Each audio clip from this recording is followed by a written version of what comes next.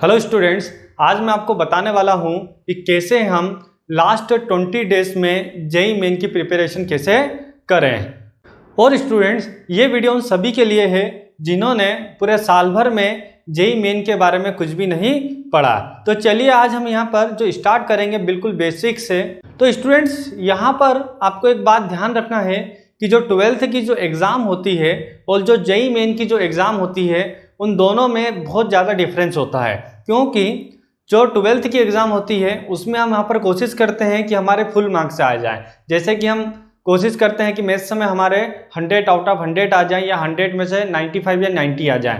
But जब JEE main की हम बात करते हैं तो जेईई मेन में ऐसा नहीं होता है। जेईई मेन के अंदर यदि हम 50% भी मार्क ले आते हैं तो हमारा सिलेक्शन वहाँ पर हो जाता है। तो आज हम यहाँ पर वही समझेंगे कि हम कैसे इतने कम समय में जो है नंबर लाके, कुछ अच्छे नंबर हम लाके हमें अच्छा कॉलेज यहाँ पर मिल सके। तो चलिए स्टूडेंट्स, हम यहाँ पर शुरुआत करते हैं। सबसे पहले हम यहाँ पर ये देखेंगे कि कौन सा सब्जेक्ट जो है डिफिकल्ट होता है और कौन सा जो सब्जेक्ट है वो इजी होता है। तो सबसे जो डिफिकल्ट है यहाँ पर जो सब्जेक्ट होता है जेईई मेन के लिए वो होता है यहाँ पर फिजिक्स, जो कि सबसे डिफिकल्ट होता है। एंड मैथ्स जो है वो यहाँ पर मॉडरेट होता है, यानी कि केमिस्ट्री और फिजिक्स के बीच में। ओके, एंड केमिस्ट्री जो है यहाँ पर वो क्या रहेगा, सबसे यहाँ पर इजी रहेगा। इसका मतलब क्या है? इसका मतलब ये है कि यदि आप फिजिक्स में कोई चैप्टर वहाँ पर लेते हैं और उस चैप्टर में आपको 2 घंटा पढ़ाई करते हैं और वहीं आप केमिस्ट्री में किसी चैप्टर में 2 घंटे पढ़ाई करते हैं, तो यदि आप यहाँ से आपको 1 नंबर मिलेगा तो यहाँ से वहीं आपको 1.5 या 2 नंबर मिल सकता है। ये यहाँ पर जरूरी नहीं है, वैसे ये आपके इंटरेस्ट के ऊपर भी है कि आपका इंटरेस्ट ज़्यादा फिजिक्स में रहता है या केमिस्ट्री के अंदर होता है या मैथ्स के अंदर होता है। एक बार स्टूडेंट मैं आपको यहाँ पर बता देता हूँ कि जो पेपर जो है वो जेईई मेन का यहाँ पर कितने नंबर का आता है और किस तरीके से आता है। तो जो जेईई मेन का जो पेपर है वो यहाँ पर 300 मार्क्स का जो है आता है, जिसमें से यहाँ पर टोटल जो यहाँ पर क्वेश्चंस होते हैं वो यहाँ होते हैं 75, जिसमें मैथ्स के अंदर जो यहाँ पर क्वेश्चन आएंगे वो आएंगे यहाँ पर 25। ऐसे ही यहाँ पर जो फिजिक्स में जो क्वेश्चंस आएंगे वो आएंगे यहाँ पर 25। एंड केमिस्ट्री में जो क्वेश्चंस आएंगे यहाँ पर वो आएंगे आपके यहाँ पर 25। अब स्टूडेंट्स, यहाँ पर क्या होता है सभी में कि 20 जो क्वेश्चंस होते हैं इसके अंदर, जैसे मैथ्स के अंदर 25 आएंगे तो 20 जो यहाँ पर क्वेश्चंस होंगे वो यहाँ पर एमसीक्यू होंगे, एमसीक्यूज होंगे। और यहाँ पर जो 5 क्वेश्चन आएंगे वो यहाँ पर आएंगे न्यूमेरिक वैल्यू बेस्ड क्वेश्चन यहाँ पर आएंगे।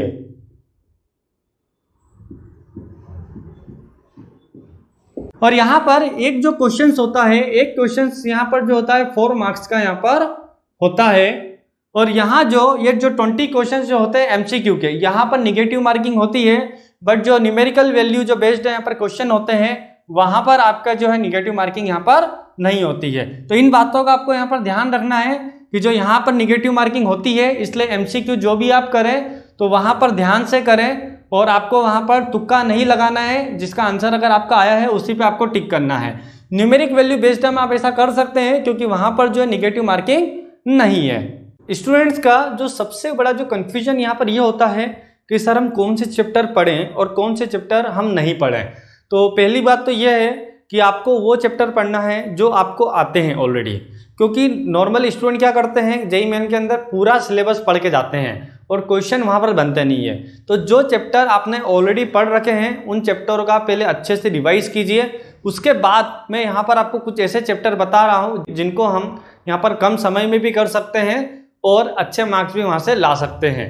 और उन चैप्टर्स को मैं यहाँ पर 11th और 12th अलग अलग कैटेगरी बना के बताऊंगा आपको, जिससे आपको पता चल जाए कि हमें 11th में यहाँ पर कितनी मेहनत करना है और हमें 12th में यहाँ पर कितना टाइम यहाँ पर देना है। तो जैसा कि मैंने आपको बताया यहाँ पर कि हम यहाँ पर कितना लेंगे, 20 डेज के अंदर हमें जेईई मेन की प्रिपरेशन यहाँ पर करना है। तो 20 डेज में हम क्या करेंगे, यहाँ पर 8 to 9 डेज, यानी कि 8 से 9 दिन आप जो ले लीजिए यहाँ पर वो 11th के लिए ले लीजिए, 11 से 12 दिन जो है आप जो है वो 12th के लिए ले लीजिए। ओके स्टूडेंट्स, तो यहाँ पर आपको क्या करना है कि 8 से 9 दिन आप 11th के लिए ले सकते हैं और 11 से 12 दिन जो है आप यहाँ पर 12th के लिए ले सकते हैं। अब 11th के लिए हमने कम समय क्यों लिया, क्योंकि जो 11th से जो थोड़ा पोर्शन आता है वो कम आता है और 12th से जो है वो जेईई मेन में जो पोर्शन है वो ज़्यादा आता है। तो यहाँ पर हम सबसे पहले 11th में देखेंगे कि कैसे कौन से चैप्टर इजी होते हैं जिनको हम जो है वो पढ़ सकते हैं इन केवल 8 से 9 दिनों के अंदर। सबसे पहले स्टूडेंट्स यहाँ पर हम देखते हैं कि 11th मैथ्स के ऐसे कौन से चैप्टर है जो यहाँ पर इजी किल हो जाएंगे, यानी कि हम उसको इजीली यहाँ पर कम समय में अच्छे से कर सकते हैं। तो पहला यहाँ पर चैप्टर है सेट्स एंड रिलेशन, जो कि इजी भी है और आप अच्छे से कर सकते हैं। क्वाड्रेटिक इक्वेशन, स्टैटिस्टिक्स, फोर्थ आपका मैथमेटिकल रीजनिंग एंड फिफ्थ जो है वो है सीक्वेंस एंड सीरीज। तो स्टूडेंट्स यहाँ पर जो सीक्वेंस एंड सीरीज है इसमें से 2 क्वेश्चन यहाँ पर आते हैं, तो इसलिए आप इसको बहुत अच्छे से कीजिएगा। लिमिट से इससे भी क्वेश्चन आते हैं और लिमिट से भी इजी हैं। स्ट्रेट लाइन एंड सर्कल, तो स्टूडेंट्स यहाँ पर जो स्ट्रेट लाइन्स और सर्कल है ये यहाँ पर वेरी मोस्ट टाइम की है, यानी कि इसमें से यहाँ पर जो है 2-3 क्वेश्चन आपके आना ही आना है। तो इन चैप्टर को भी आप अच्छे से यहाँ पर कीजिएगा, स्ट्रेट लाइन्स और सर्कल को। जो मैथ्स के अंदर जो चैप्टर है वो 8 चैप्टर है। आप अपने वे में, यानी कि आप ऐसा कर सकते हैं कि एक दिन में एक चैप्टर, या जैसा आपको लगे कि आपको लगता है कि सेट्स एंड रिलेशन आपको आता है तो आप केवल उसको 1 घंटे में पढ़ के खत्म कर सकते हैं और आप क्वाड्रेटिक इक्वेशन में वहाँ ज़्यादा समय दे सकते हैं। यानी कि स्टूडेंट्स ये प्लान आपको करना है कि आपको इनको कैसे यहाँ पर 8 दिन के अंदर खत्म करना है। साथ में आपको वो चैप्टर भी खत्म करना है जो मैंने आपको बताया कि जो आपको ऑलरेडी आते हैं 11th के, जो 11th के चैप्टर आपको ऑलरेडी आते हैं उनको भी आप 8 दिन के अंदर खत्म कर लीजिए और इन चैप्टर को भी जो 8 दिन के अंदर खत्म कर लीजिए। और ये डिसीजन आपके ऊपर है कि आपको कौन से चैप्टर में कितने दिन देना है, क्योंकि आपको कौन सा चैप्टर ज़्यादा आता है कम आता है वो आपको पता है। अब स्टूडेंट्स यहाँ पर हम 11th फिजिक्स से कैसे चैप्टर देखते हैं जो कि इजीली यहाँ पर हो जाएंगे। तो यहाँ पर जो पहला चैप्टर है वो है यहाँ पर एरर एंड मेजरमेंट, जो कि इजी भी है और यहाँ से भी 1-2 क्वेश्चन आते हैं एग्जाम में। सेकेंड यहाँ पर काइनेमेटिक्स, काइनेमेटिक्स में कौन सा आ जाएगा आपका यहाँ पर 1D and 2D, 1 dimension and 2 dimension. Third जो चैप्टर है वो है यहाँ पर ग्रेविटेशन एंड फोर्थ जो चैप्टर होगा आपका वो है यहाँ पर SHM एंड फिफ्थ जो है वो है यहाँ पर थर्मोडाइनामिक्स एंड यहाँ पर आप साथ में हीट भी कर लीजिएगा। ओके, और जो चैप्टर आपको 11th में ऑलरेडी जो आते हैं आपको उन चैप्टर को भी आपको यहाँ पर रिवाइज कर लेना है। और आप लोग सोच रहे होंगे कि सर किसमें कितने क्वेश्चंस आएंगे, यहाँ पर 1 आएंगे 2 आएंगे, तो ये जो है यहाँ पर वेरी करता है क्वेश्चंस कि एक साल यहाँ पर कितने आएंगे और अगले साल यहाँ पर कितने आएंगे। तो क्वेश्चंस है वो यहाँ पर चेंज होते रहते हैं, कभी इससे 2 क्वेश्चन दे दिए तो कभी अगले साल इससे 1 क्वेश्चन दे दिया। ओके, तो इस तरीके से यहाँ पर क्वेश्चन जो है वो जेईई मेन के अंदर वेरी करते हैं। 11th के अंदर हम यहाँ पर केमिस्ट्री के अंदर कौन कौन से चैप्टर यहाँ पर आप कर सकते हैं जो कि इजी है, वो जो है यहाँ पर एक है मोल कंसेप्ट, जो कि बहुत बेसिक चैप्टर है और आपने सबसे स्टार्टिंग में ही पढ़ा होगा 11th के। सेकेंड यहाँ पर चैप्टर है atomic structure and third chapter है जो कि है यहाँ पर केमिकल बॉन्डिंग। तो जो केमिकल जो बॉन्डिंग है वो बहुत ही यहाँ पर इंपॉर्टेंट चैप्टर है, इस चैप्टर से जो क्वेश्चंस है वो यहाँ पर ज़्यादा आते हैं। नेक्स्ट है यहाँ पर जो है जनरल ऑर्गेनिक केमिस्ट्री, ये भी एक IMP चैप्टर है आपका। और जो फिफ्थ चैप्टर है यहाँ पर एनवायरमेंटल केमिस्ट्री। तो इस प्रकार स्टूडेंट्स आपको ये जो है 5 चैप्टर यहाँ पर करना ही है और साथ में आप वो चैप्टर भी कर लीजिए जो आपको ऑलरेडी जो है थोड़े बहुत आते हैं। अब स्टूडेंट्स यहाँ पर देखते हैं कि 12th के कौन कौन से जो चैप्टर है जो कि IMP है मैथ्स के अंदर। तो पहला चैप्टर है मैट्रिसेस एंड यहाँ पर डिटरमिनेंट्स। तो मैट्रिसेस और डिटरमिनेंट्स जो है वो इजी भी चैप्टर है और एग्जाम में भी आता है, ये जेईई मेन में भी। सेकेंड है यहाँ पर वेक्टर एंड थर्ड जो चैप्टर है वो है यहाँ पर 3D ज्योमेट्री। चौथा यहाँ पर डेरिवेटिव यानी कि डिफरेंशिएशन। ओके, एंड फिफ्थ जो है यहाँ पर वो है डिफरेंशियल इक्वेशन। और सिक्स्थ जो चैप्टर है वो है यहाँ पर इंटीग्रेशन। ओके, और 7 है यहाँ पर एरिया अंडर दी कर्व। तो इन चैप्टर को जो है आपको बहुत अच्छे से करना है। और जो चैप्टर अगर आपने मैथ्स में आपको ने कुछ चैप्टर जैसे ऑलरेडी पढ़ रखे हैं तो आप वो भी कर लीजिएगा। और इसमें भी आपको क्या करना है, अपने हिसाब से यहाँ पर डिसीजन लेना है कि कौन सा चैप्टर आपको कितने दिन में यहाँ पर करना है। अब स्टूडेंट्स यहाँ पर हम देख लेते हैं कि 12th फिजिक्स के कौन कौन से जो है यहाँ पर इजी चैप्टर हैं और इनको हम यहाँ पर कम समय में और बहुत अच्छे से यहाँ पर कर सकते हैं। तो पहला चैप्टर है इलेक्ट्रोस्टैटिक, जो कि सभी स्टूडेंट्स को बहुत अच्छे से आता है नॉर्मली, क्योंकि ये पहला ही यहाँ पर चैप्टर है।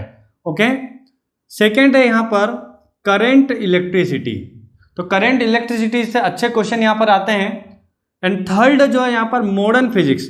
तो स्टूडेंट्स ये जो मॉडर्न फिजिक्स है यहाँ से जो क्वेश्चंस आते हैं वो यहाँ पर ज़्यादा आते हैं, यानी कि आप मान के चलिए कि यहाँ से 2 से 3 क्वेश्चन तो एग्जाम में आते ही हैं। तो मॉडर्न फिजिक्स आपको सबसे पहले करना है और सबसे यहाँ पर अच्छे से इसको करना है। नेक्स्ट यहाँ पर है semi conductor, okay. And fifth जो यहाँ पर वेव्स, जैसा कि आपने देखा था कि 11th में मैंने आपको SHM बताया था, तो आप SHM अगर आपने किया है तो आपको यहाँ पर वेव्स भी क्या है करना है। और नेक्स्ट यहाँ पर है 6th जो है वो है यहाँ पर कम्युनिकेशन सिस्टम। अब स्टूडेंट्स यहाँ पर हम देखते हैं 12th केमिस्ट्री के चैप्टर जिनको आप इजीली कर सकते हैं। फर्स्ट चैप्टर है यहाँ पर सॉल्यूशन, सेकेंड है यहाँ पर इलेक्ट्रोकेमिस्ट्री एंड थर्ड चैप्टर है यहाँ पर surface chemistry and fourth chapter है यहाँ पर metallurgy, okay. And fifth chapter जो है वो है यहाँ पर P block element and sixth जो चैप्टर है वो है यहाँ पर कोऑर्डिनेशन कंपाउंड। और कोऑर्डिनेशन जो कंपाउंड है वो यहाँ पर बहुत IMP चैप्टर है, क्योंकि यहाँ से जो क्वेश्चंस आते हैं वो ज़्यादा आते हैं। और नेक्स्ट चैप्टर है यहाँ पर 7 जो कि है एल्डिहाइड, कीटोन्स एंड एसिड। लेकिन स्टूडेंट्स यहाँ पर आपको ये ध्यान रखना है कि ऑर्गेनिक में आप अगर एल्डिहाइड कीटोन भी पढ़ रहे हैं तो उसके पहले आपको जो है एल्कोहल वाला जो चैप्टर है वो आना चाहिए, क्योंकि ऑर्गेनिक अगर आपको एल्डिहाइड कीटोन आप तभी कर पाएंगे जब आपका बेसिक क्लियर होगा एल्कोहल वगैरह, या आपने 11th में भी जनरल ऑर्गेनिक केमिस्ट्री जो है वो GOC आपने पढ़ रखा हो। तो इस बात का आपको ध्यान रखना है। और यदि आपको ऑर्गेनिक बिल्कुल भी नहीं आता है तो प्लीज़ जो है इस चैप्टर को आप छोड़ दीजिएगा, ओके। नेक्स्ट चैप्टर यहाँ पर हम लेते हैं बायोमोलिक्यूल्स, ओके। एंड जो 9 चैप्टर है वो है यहाँ पर पॉलीमर्स आप कर सकते हैं। और 10 चैप्टर जो कि इजी है वो है यहाँ पर केमिस्ट्री इन एवरीडे लाइफ। तो इस प्रकार स्टूडेंट्स मैंने आपको यहाँ पर बताया है कि 11th और 12th में फिजिक्स, केमिस्ट्री और मैथ्स के अंदर आपको कौन कौन से चैप्टर पढ़ना चाहिए और कौन कौन से चैप्टर यहाँ पर नहीं पढ़ना चाहिए। और वो चैप्टर आपको जरूर पढ़ना है जो आपको ऑलरेडी आते हैं और जो आपको यहाँ पर सिंपल लगते हैं। और भी यदि स्टूडेंट्स आपको अगर कुछ प्रॉब्लम हो या कोई डाउट हो तो आप मुझे जो है वो कमेंट करके बता सकते हैं। और यदि आपको ये जो वीडियो है ये पसंद आए तो प्लीज़ इसको अपने दोस्तों के साथ भी शेयर कर दीजिए, जिससे उनकी भी कुछ यहाँ पर हेल्प हो सके। और यदि आपने चैनल को अभी तक सब्सक्राइब नहीं किया है तो प्लीज़ चैनल को एक बार आप सब्सक्राइब कर दीजिए। तो स्टूडेंट्स आज के लिए इतना ही। Best of luck.